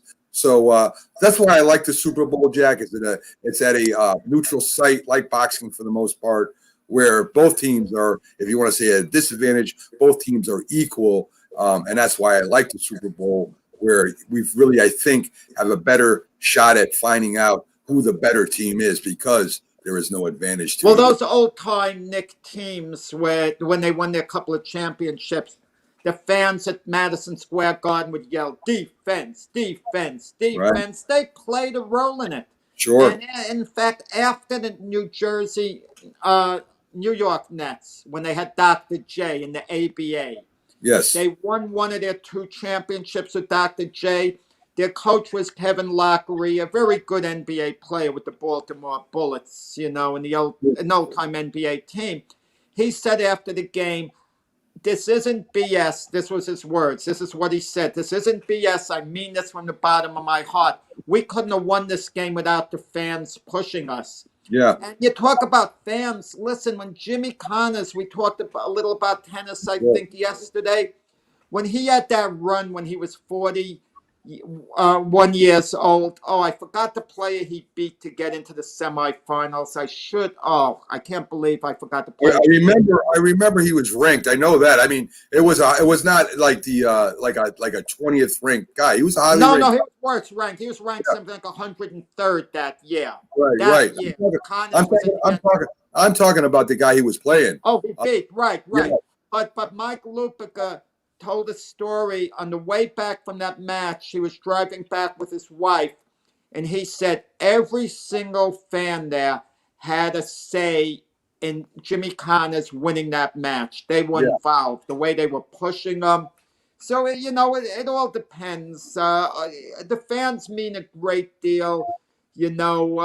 When they really get behind the team, I'm sure the players would say, any sport, it gives them that extra little push. Sure. I mean, especially when play's not happening. I mean, most times tennis, they discourage you for participating. They want you to be quiet. I've seen some tennis players that won't serve until the crowd gets quiet. Mac, does it help in baseball if you're the batter and you're the home team and they're like cheering, making a lot of noise and you're up at the plate? Because you really got to concentrate. I'd love to ask a major leaguer that. I was going to speak on that, Jack, because, when I played football off the field, it mattered a lot, or in between plays. But you're concentrating so much, you block everything out. And I would imagine hitting, or when that fly ball hit, you've got to be, or that grounder is scorched to you. You've got to be totally concentrating, because if you don't, you're gonna miss your assignment or miss your thing. So, Jack, the next one, and I knew who you were going to pick here, was the best NBA player in basketball today, not yesterday, not future,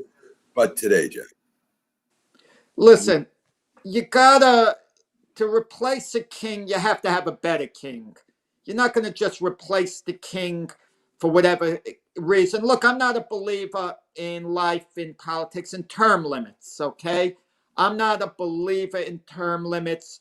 Whoever holds that office, if they're the best person for the office, regardless of anything, I disagree with that, Jack. I want disagree with that. the Let's person not do that. who Let's can not do the defend best job. I don't want a manager in baseball being told you have 5 years and then there has to be a new manager. Imagine that being a rule, a new NBA coach. You can only coach this team for 5 years, then we got to do a merry-go-round. Greg Popovich, imagine that he was only allowed to coach San Antonio for 6 years. I don't believe in that. You have whoever's the best guy for the job. Listen, LeBron James at one point was the best player in the NBA. Will we agree on that? Definitely.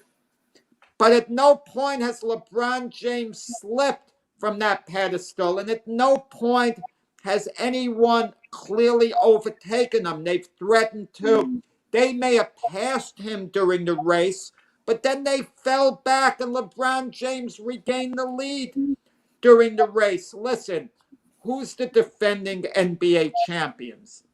LeBron James's LA Lakers. He's the champion right now. Who's the defending finals MVP? LeBron James. So if you want to say, well, LeBron James has slipped a little bit, he's older, maybe, but where's the evidence? I need evidence. I'm in a court of law, and I'm showing you LeBron James is a defending finals MVP, and this season just started. And he's off to a good start this season individually. The man just set a record, 1,000 games in a row of at least 10 points. I don't see these other great players doing it. LeBron James is never seriously injured. He finds a way to remain healthy. Some of it is luck. Some great NBA players have had bad luck. Take a player like Kevin Durant. I thought he was on track to pass LeBron James. He may have passed him at one point. He may have. But then, of course, Kevin Durant got injured, the Achilles. He fell back. While he was sitting out a season, LeBron James was winning an NBA title and getting the finals MVP. So it's the burdens on Kevin Durant, if he did pass LeBron James, to pass him again. Right now, you can't say he's ahead of him. These other players, Luka, Giannis, on and on, if you're going to say they're better than LeBron James, it's based on potential. If you're going to tell me James Harden's better than LeBron James, he's better on one side of the ball, offense. His all-around game doesn't even come close to LeBron James's, and James Harden doesn't win, and LeBron James brings out the best in the other players around him. And these other stars don't quite do that. Now, he's been doing this for 18 years. Just because he's older, people want to put him out to pasture because at this stage, when a guy's 36 years old, he couldn't possibly be the best player in the NBA. That's our thought. Jordan, as I recall, was at the end of the line when he was that age. LeBron is going as strong as ever. Is he there for the taking as far as someone passing him? Yeah, if we get someone sensational, one of these young players fulfill his potential, take off, maybe it'll be a Damian Lillard, maybe Kawhi Leonard, who looked like he passed LeBron and then fell back. Okay? So he's still the king. He's still number one until someone clearly passes him, and it's not based on their potential, their talent. They actually have to do it on the court over a long period of time. Well, I will, for the most part, agree with everything you said there. I think LeBron James right now is one of the top players in NBA history. There's no doubt about that. He's one of the best in the game today. There's no doubt about that. But we seem to forget that LeBron James, even when he played with Cleveland, always had another all-star with him. And whether it was Kyrie Irving, who was the MVP of the championship, or whether today, there's a question whether Anthony Davis might be just as good, if not better than LeBron right now, Jack.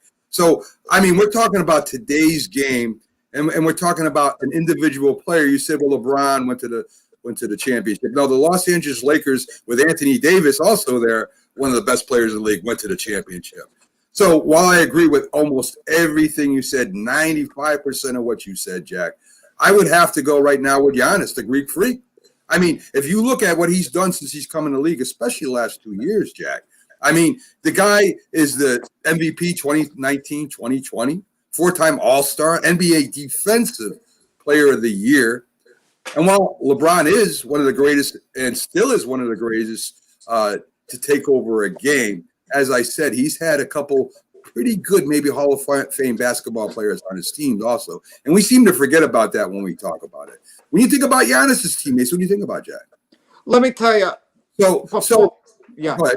I mean, even Kevin Durant played on some great teams with great players, Jack. I mean, Durant was on, that championship team. Artie, he won a championship with a championship team. With Golden State, Durant went to Golden State, who was coming off a record-breaking season with 73 wins.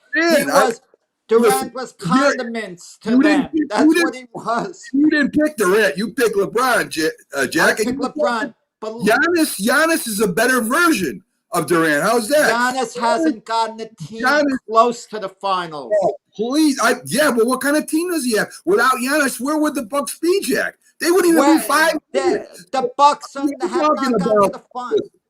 Listen, Giannis scores, Jack. All right? Almost 60% of the time he shoots, right? He averages 13 rebounds per game. He has 5.6 assists per game, Jack. This is a forward. This isn't a point guard. He's at almost 30 points average per game, Jack. And that's on a team that if he wasn't on, the Milwaukee Bucks wouldn't even sniff the playoffs, Jack. All I'm saying, listen, I don't disagree with you about LeBron James. I mean, LeBron James is right there with Giannis. But if I have to debate you, I have to take at least a player that's equal to him. And we're not just talking about potential. We're talking the last 2 years, Jack. He's the MVP of the league during the regular season. He does not have the support of an Anthony Davis or a Kyrie Irving to take that next step. Hopefully this year they put some players around him. LeBron James, Jack, hands down, one of the greatest players of all time, and still one of the greatest players out there today. But if you want to talk about somebody that's equal to him right now, you have to put the Greek freak with him. LeBron as a young player.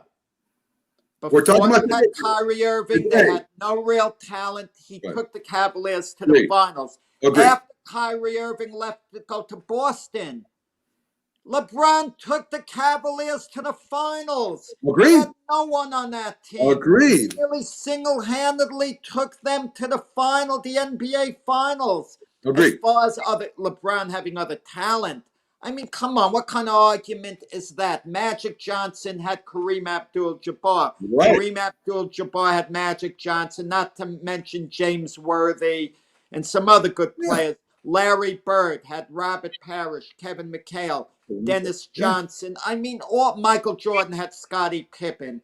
The great ones have other outstanding players. They need them to take the next step. Agree. They're and not while single-handedly going to do it unless the NBA is weak that year. We're not saying, Jack, about past right now. What we're saying is today, right now, LeBron James has probably the 3rd to 4th best player in the NBA on his team. Would you agree with that? Anthony Davis. I'd have to think it over. Perhaps. Perhaps, right? Who does Giannis have, Jack? That's even close to Anthony Davis. Nobody. Giannis isn't winning. I understand he's not. Giannis isn't winning. Giannis is in the NBA least, I could call it. To the West. We're not the NBA least. We're not dysfunctional teams there. Let them get by the Nets in the playoffs. We're not talking about teams, Jack. We're not talking about teams. We're talking about players. We're talking about a player that is equal or better than LeBron James in the league right now. And if there's someone equal or maybe even a little better than LeBron James right now, would be the Greek freak. That's all I'm saying. Now, he got hurt during the playoffs last year. They can't get out of the playoffs. I understand that. But that's not Giannis's fault. That's the team's fault. Giannis does his thing all year and has proven that he is voted in as MVP the last 2 years. Not LeBron James. LeBron James finished second, Jack. Well, So the Bucks did make some moves this year. Giannis has to take his team to the finals before he can even be in this discussion. I don't Okay, believe that. 'Cause if I'm gonna go with cold stats, so what a guy can do individually, I'll start making an argument for James Harden. You could, but he's not Okay, defensive, James Jack. Harden, those teams really have underachieved. I agree. He hasn't brought out the best in his teammates. That's part of it too. Agreed. LeBron brings out the best in his teammates And so does Giannis, as Jack. well, and there's something to be said for that. And Giannis was the defensive player of the year and is averaging 5.6 assists with a terrible team, Jack. So They're again, not a terrible team. How are they? They're the Milwaukee Bucks. I could say they had the best record in the NBA during the regular season last year. They did, Jack, but their team together, he has nobody else there support. It reminds me a lot of Patrick Ewing, Jack, back in the day where he had a decent team around him. They never gave Ewing another superstar. Giannis doesn't. LeBron has had 2 superstars he's played with, Jack, so far. So, and I'm talking about legitimate Hall of Famers that are legitimate Hall of Fame picks coming up in the future. Giannis is not at the same time. He hasn't. I'm not saying that. I'm saying at least one, Jack. At least one. So I'm not saying. Listen, I'm not saying Giannis. All of them have. Scottie Pippen, I could call a superstar, right? With Michael Jordan there. Right. Magic Johnson, listen, he had Kareem Abdul-Jabbar. Come on. Agreed. I'm not disagreeing with that. All I'm saying is we're talking about the best player in the NBA today. We're not talking about the best of all time. We're not talking about a team. The Lakers should win the championship hands down again. Let the Brooklyn Nets win the NBA title this year. Let Kevin Durant have a great year and be Finals MVP. And then we could revisit this and say someone has surpassed LeBron. Let Giannis lead the Milwaukee Bucks at least to the finals. Right. And maybe be a Finals MVP, even in defeat. That's rare. The only one I can remember being a Finals MVP when this team lost was Jerry West. Yeah. When they lost to the Celtics many moons ago. But let Giannis do something special. Okay, I understand he's a great talent. He's put up some great numbers. He's outstanding. Listen, the NBA, kind of sacked the Knicks franchise when they heard he re-signed with Milwaukee. Him coming to the Knicks, he would have made a major difference. He would have made a major difference, turn the franchise around. But to overtake LeBron, do something, put a lid, nail it down, get the final out of the game to bypass LeBron, and no one has quite been able to nail that down yet. I say, Jack, 95% I'm with you. I mean, I had to come up with somebody else. I could have agreed with you. But if I was to put someone that is equal to or a little bit, tiny bit better than LeBron, I came up with the Greek Freak, and I think I argued it pretty well. So. Okay, well, show me I need a little more evidence right now. A little more. There's enough doubt in my mind. I can't convict. Okay. There's, reasonable doubt. I got you. So, Jack, we'll take our last time out for the show. We'll be back on the other side. I got a pretty good trivia question for you about the Celtics that I want to give you since we were talking about. You asked a trivia question before. I got it half right, and Doc got it half right. So we combined and got the win. So right. So you throw another one at me on short rest. It's a very cool question. So I think it's valid to this discussion too. So I'll do that before we come back. We still got Who's Better Up, folks. So stay with us, and we'll be back with some more sports right after these messages. If you served honorably in our nation's armed forces and you're looking for a way to continue serving your fellow veterans in your community, then join AMVETS. Each year, AMVETS members volunteer millions of hours at VA healthcare facilities from coast to coast, helping to improve the lives of their fellow veterans through the VA Voluntary Services Program. AMVETS posts and departments also participate in a wide variety of community service projects, ranging from Americanism in our schools to supporting the Special Olympics and Boy Scouts of America. If you no longer wear the uniform today, you can still serve through the AMVETS by joining today at amvets.org. We all make choices. When it comes to alcohol, kids make choices whether to drink or not. Bye, Dad. Bye-bye. Remember, I'm going to Alex's party tonight and sleeping over. Hey, Have a seat for a second. Remind me about that party again? And adults make choices whether to talk about it. That's true of parents and every other trusted adult in a kid's life. Kids want to know our expectations when it comes to alcohol and other drugs. They want guidance and honest answers to their questions. And it makes a difference when the message is consistent and part of everyday conversations. So talk with your kids and help lead them on a positive path. Because when you talk, they hear you. For more information about talking with your kids about underage use of alcohol and other drugs, visit underagedrinking.samhsa.gov. When you hear the word asthma, you probably think of shortness of breath, coughing, or inhalers. Lots of things can trigger asthma, but the fact is that asthma doesn't just attack, it can kill. But with proper medical management, asthma is controllable. If you experience shortness of breath, wheezing, tightness in your chest, or persistent nighttime coughing, you may have asthma. See your doctor and get the facts. You'll breathe easier. For more information, call 211 Info Line. A message from the Connecticut Department of Public Health, keeping Connecticut healthy. If you talk and they will hear you every single time. Oh, we're getting killed. Yeah, well, Kyle's not here. How come? Kicked off the team. Didn't Tim tell you? Kyle and some other kids got caught drinking beer in the park a couple of nights ago. Really? Yeah. Zero tolerance. He's out for the season. Come on, it's a first offense, right?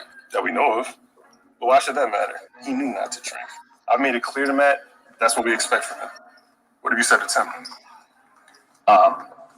Nothing really. You know, a lot of kids try it at this age, so. Yeah, well, a lot of kids don't try it too. I'm not saying that Matt's going to be this perfect kid, but if I don't tell him what we expect and why he shouldn't drink, how's he going to know? You think kids that age really listen? They never admit it, Bill, but they hear more than you think. Talk. They hear you. For more information about talking with kids about underage drinking, visit underagedrinking.samhsa.gov. Okay. You're listening to the Mac and Jack Sports Show on Northeast Streaming Sports.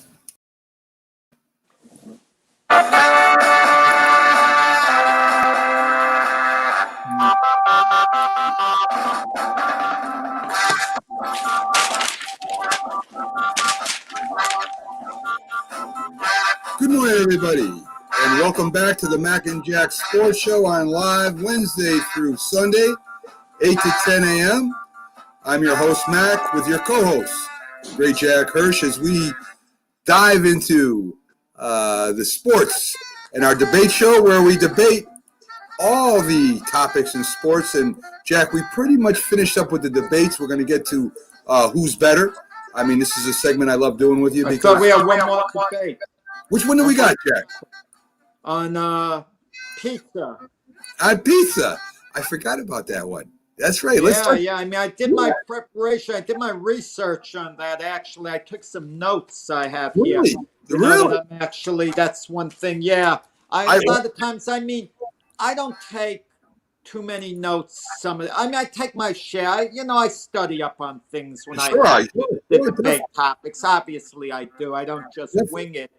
But the pizza, I got to admit, I was lost there because I didn't have that base of knowledge I would have liked to have had. I still don't. It's all a matter of opinion, and I'm swaying back and forth. I'm tap dancing both ones. You did a great job today winging it, Jack. When you came up with boxing, of course, you're our boxing expert. Right, that came spur to moment. Yeah, and you did a great job. Yeah. You did a great job with that. So the pizza. Now this is a place where I do have some expertise. I have made pizzas for the last 12 years experience. You have home field advantage, man. You've been in the kitchen by the oven making pizzas. Yes. I haven't. I've just gotten the frozen pizzas from home or just picked it up, at the restaurant. Right. And I've experimented with dough. I've been cooking for almost 40 years, Jack. I've kind of retired to pizza making and then making the doughs and the sauces and coming up with crazy pizzas and stuff like that. So I've experienced every pizza, Jack, every pizza that you can think of, from Italian to Greek to in between to deep dish to every kind of pizza there is, I've made, Jack. So I'm going to let you go first, Jack, and give me what you think. The debate was supposed to be New York pizza against Chicago deep dish pizza. Right. I'm playing devil's advocate now. Okay. Not that I necessarily believe it, but I'm playing devil's advocate because I get a little mad at New York pizza sometimes. When I'm out of town, I see these restaurants say New York pizza, like pick up a slice. I'm at the casinos in Vegas. It's not really New York pizza as we know it. New York in itself doesn't always do justice to New York pizza. Some of these establishments just don't make it the right way. Pizza shouldn't be tasting regular New York slices, shouldn't be tasting different all the time. Agreed. But it seems places are making it different. It should be a little more consistent. Chicago deep dish pizza at least is consistent the whole time. And Chicago deep dish pizza has more crust to it, I think, at the end. And if you're a crust lover, which a lot of people are, you go with Chicago deep dish pizza. Also in my house, there's been arguments. My daughter's gotten mad at my wife for ordering extra cheese on the New York slices. Sure. Because her argument is this: extra cheese ruins her slice because you get a pie with extra cheese, you pick it up, the cheese takes the elevator downstairs, it's falling. Right. Or you grab your one slice that's cut up, the cheese falls off into the next slice. Right. So you're either having too much cheese on one slice or not enough cheese on one slice. So the deep dish pizza absorbs the extra cheese better. I think, you correct me if I'm wrong, Chicago deep dish pizza uses more sauces, so it maybe gives you a little more flexibility in what you like. Okay, you know better than I would. It's more consistent than New York slices. Also, it's more dignified, Mac. I went out to dinner a number of times, and I look at the menu, and you see, order pizza pie. You're looking, pizzas on the menu, order like a big, big slice, and you really want to get that. You really want your pizza. But somehow when you're in a restaurant, that's not quite the entree. So if you get Italian, you get baked ziti, lasagna, but your heart's really with the pizza. Yes. Well, Chicago deep dish pizza, you can order because it's a more dignified dish. You eat it with a knife, you eat it with a fork. It comes off better as an entree than just grabbing a slice, when you're in a restaurant. But with that said, New York pizza done right at its best is number one.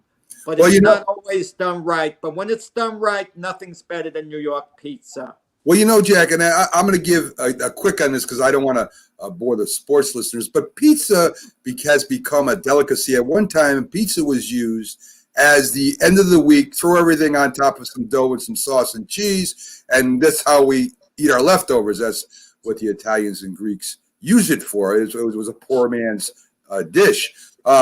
Really, in the New York pizza style, well, let me do Chicago first. Chicago is the pizza pie. I mean, it's actually a pie where you would eat it like a pie. I've seen a lot of people use forks and knives on any brand of pizza.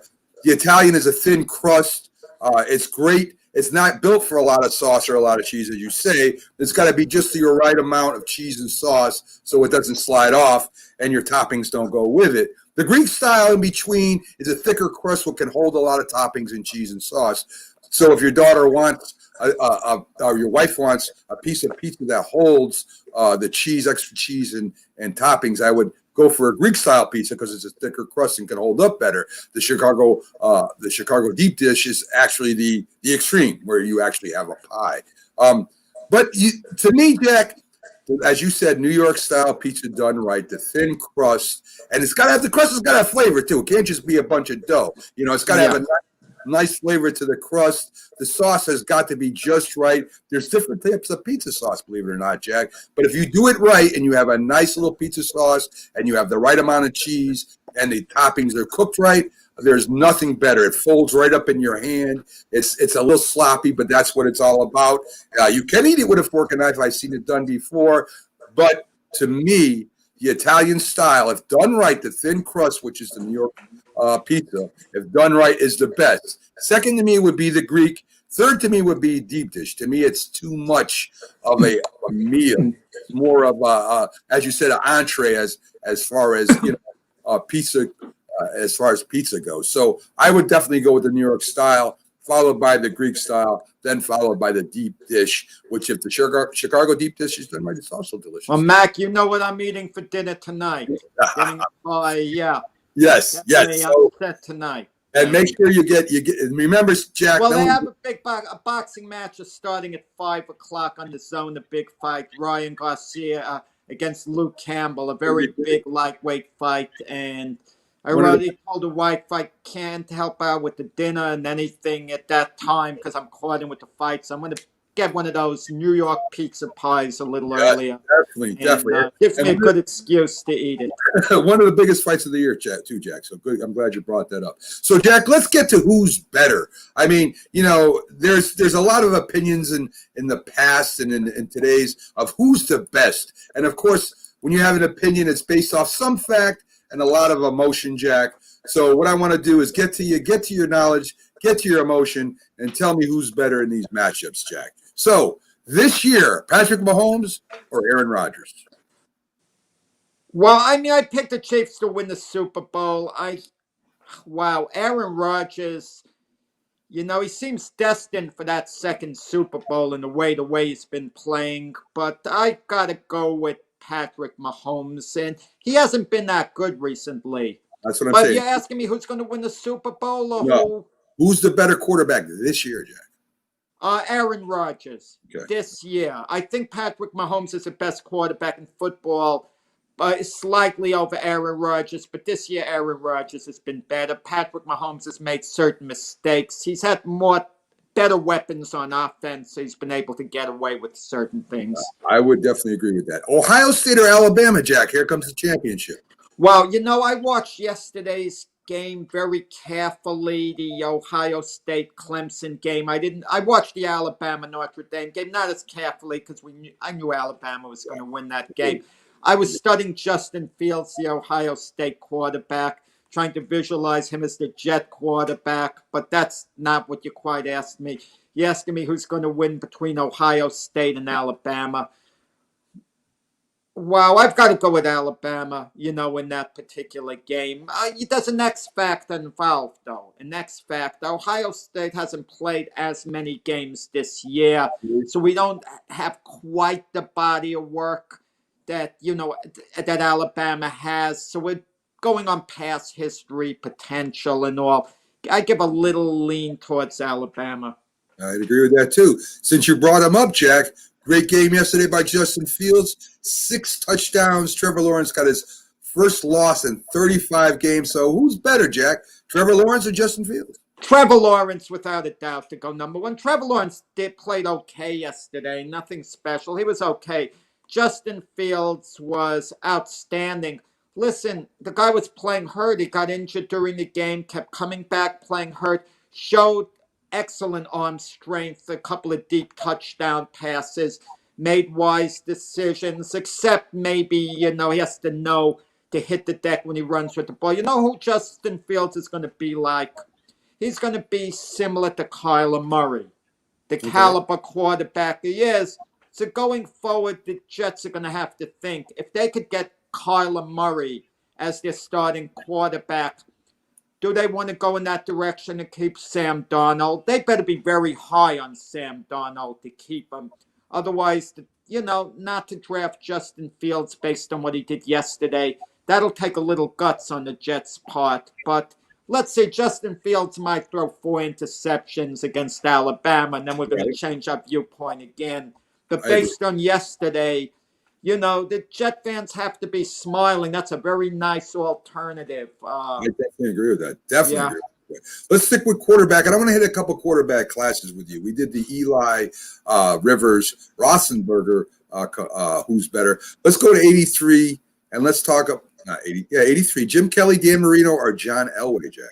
Let me tell you something, and this isn't a choice that would win because he never won a Super Bowl. 2 of them never won a Super Bowl. John Elway went to 5 Super Bowls, won 2. Jim Kelly went to 4 in a row, won none. Marino went to 1 where they lost to the 49ers. To me, it's Dan Marino. Barely over John Elway.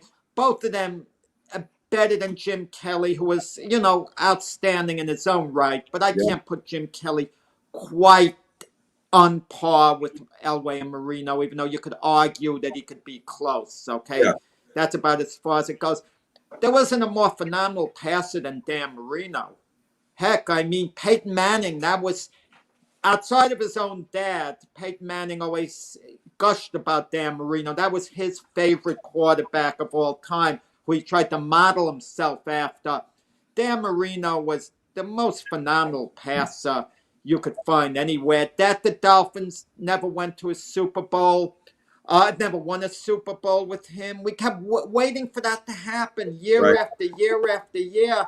And for whatever reason, they just wouldn't get there. Don Shula did not build a good defense with those Miami Dolphin teams that had Dan Marino. And even when Jimmy Johnson went there, they went to the playoffs 3 of the 4 years, but I think they only won 1 playoff game, maybe 2 during that time, but they never made a serious run for the Super Bowl with Marino.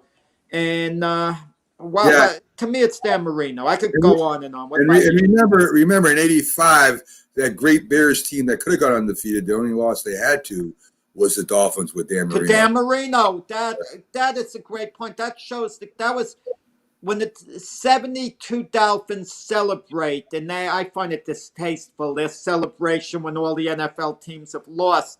They asked Dan Marino to come to them because he preserved their unbeaten record he was phenomenal the way he riddled that bad defense in that one game.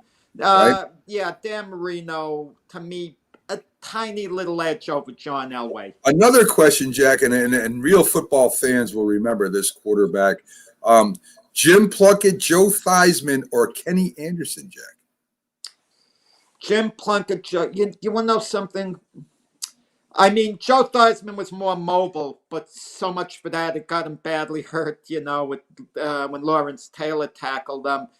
Kenny Anderson was good, consistent, took one of the Bengal teams to a Super Bowl. Right. I love Jim Plunkett. He was good with the Patriots. Then, of course, he goes to the Raiders. They win a couple of Super Bowls, and I believe he was a Super Bowl MVP as well. Could have been. I like Joe Theismann personally. Amongst the three, not knowing him as, quarterback. He did take the Redskins to 2 Super Bowls in a row. They won 1. And then they got crushed by the Oakland Raiders when they tried to repeat. But I kind of like Joe Theismann, a little more than the other 2. Here's a couple of facts on all 3 of them. Jim Plunkett came in as a substitute and led the Raiders to the last Super Bowl. Joe Theismann actually returned punts for the Redskins. That's how he started when Bill Kilmer was there. And Kenny Anderson, believe it or not, was one of the most accurate quarterbacks. Yeah. Who do you like, Jack, Coke or Pepsi? I like Pepsi. Oh, me too, Jack. I'm with you. Yeah, but Coke seems more readily available. When I go to places, I don't drink that much soda, but sometimes I do. I'll order fast food meal, and I'll ask the drink I want. I'm going through the drive-through, and I'll say, "Give me, I want a Diet Pepsi, please." And they'll say, "Well, we have Diet Coke." Right. So, but could I tell the difference, Matt? Could you tell the difference if you? Yes, I can. Yes, I can. I probably couldn't, but to me, Coke is a little bit more syrupy, which is weird because I think there's more sugar in Pepsi than Coke. Which do you like more? I like Pepsi better, Jack. I like the fizz more. I get the diet version, so I don't get the taste you get. Yeah. In their prime, Jack, Thurman Munson or Jorge Posada? Thurman Munson. Okay. I mean, they were both a little bit flawed defensively. Let's keep that in mind. Munson didn't have the greatest throwing arm. He didn't have the greatest throwing arm, but he was tough as nails as Posada was behind the plate. They were tough as nails. The leadership Munson provided, and Munson never had a problem with the catcher. Yeah. Keep that in mind. Randy Johnson, A.J. Burnett, they didn't want to pitch to Posada for whatever reason. catchers had difficulty. No one would mess with Munson. Could you imagine a pitcher saying he wanted someone else to catch him besides Munson? You know what would have happened? They would have told that pitcher, well, then you're not pitching. Very true. Okay? No Very one messed with Munson. His leadership, he was revered by his teammates. Not that Posada wasn't liked by teammates, but Yes. Munson was the leader of leaders. Well, Thurman Munson was the captain of the Yankees at one time. Yeah. Before he got hurt, he did have a good arm. I think Power Posada beats him, but as far as a pure hitter, Munson beats Posada. Right. Tim Wakefield or Bill Lee, two Red Sox pitchers, Jack. You had Wild Bill Lee or the knuckleballer. Well, what's a knuckleball? I thought you'd compare Tim Wakefield to another knuckleballer. I just want to say Billy was a crazy personality. Don Zimmer once said his home is open to all former ball players except Bill Lee. Yes. He said he was a miserable person and all. And Billy was weird the way he did things. What I remember about Bill Lee, the seventh game of the 75 World Series, he was going along with a 3-0 lead. Then he gives up the 2-run homer to Tony Perez. But who was better? Billy at his best, I think, was a little better than Tim Wakefield. Wakefield made one All-Star team in 14 years. You know, sure Billy, his resume, which I can't remember his whole career resume, I think would have been a little better than that, I would think, on the surface, but I'm not sure. You know, Wakefield pitched some awesome games, and he was pretty much a 500 pitcher. But I'll tell you right now, in a lot of pitching staffs, you love to have them 500 pitchers that will keep you in games. Let me tell you a bit, Tim Wakefield, he's the one that gave up the game-winning home run in the 2003 playoffs to Aaron Boone to send the Yankees to the World Series. And Tim Wakefield thought the Red Sox fans were always going to remember that and kind of hold it against them the way they did with Bill Buckner. With the missed ground ball. But the Red Sox fans, let it go immediately. Let's stay on a little more Boston love. Jack, Jim Rice or Dwight Evans? Well, Jim Rice was a force. He's a Hall of Famer. Dwight Evans isn't. For pure defense, Dwight Evans, one of the most underrated right fielders anyway. Sensational fielder, with the glove, great arm. I mean, he was great, but Rice is bad itself. Rice was a good fielder, actually. Yeah. Not a great fielder like Evans, but a good fielder. But Rice's bat, he was a force. At Rice's best, he was one of the best players, one of the best outfielders in baseball. And you can never quite say that about Dwight Evans. He was outstanding, but not one of the best. I agree. Dwight Evans had a gun in the outfield, was one of the best outfielders I've ever seen play personally. But Jim Rice could do it all. He could hit home runs, hit for average, and was a heck of a ball player. So we're going back, way back, Jack.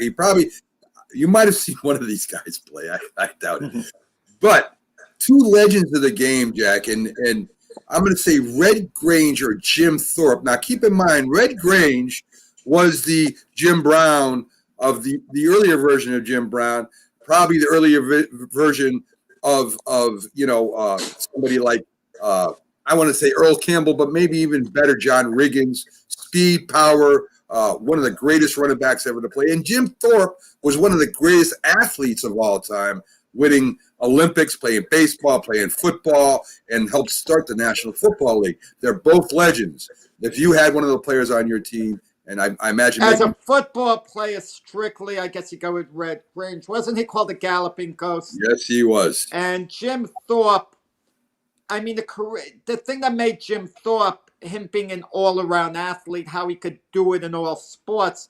But if we make him strictly a football player and put him against Red Grange, I mean, Red Grange, I think, was the first truly superstar running back the NFL had. Agreed. Okay, maybe I'm wrong there. Someone might argue that, some historian, but that's what I believe to be the case. So I think you'd have to go strictly from the football perspective to Red Grange. But if you say who was the greater overall guy for sports, the bigger impact, then it would switch to Jim Thorpe based on the other, sports he played. I definitely agree with everything you said there. Let me tell you, running backs, the great Jim Brown was maybe the greatest lacrosse player of all time. People don't realize that. Yes, Jack. He said he was better at lacrosse than he was at football. He probably was, Jack. So, folks, that's it for our show today. Thank you for joining us on this Saturday debate show. It's one of mine and Jack's favorite things to do is debate, as you can tell if you watch the show regularly. Thanks to Dr. Paul Semendinger, our Yankee historian analyst and baseball analyst. Tomorrow on the show, guys, we have our football show where we have fantasy football expert Anthony Servino and the great Robert Butler from Sportscope will be on. And we'll see you tomorrow, and we'll go over all the games, focusing on your local sports out of New York, Boston, and Philly. Have a great day, Jack. Have a great day, everybody, and we'll see you tomorrow. See you tomorrow.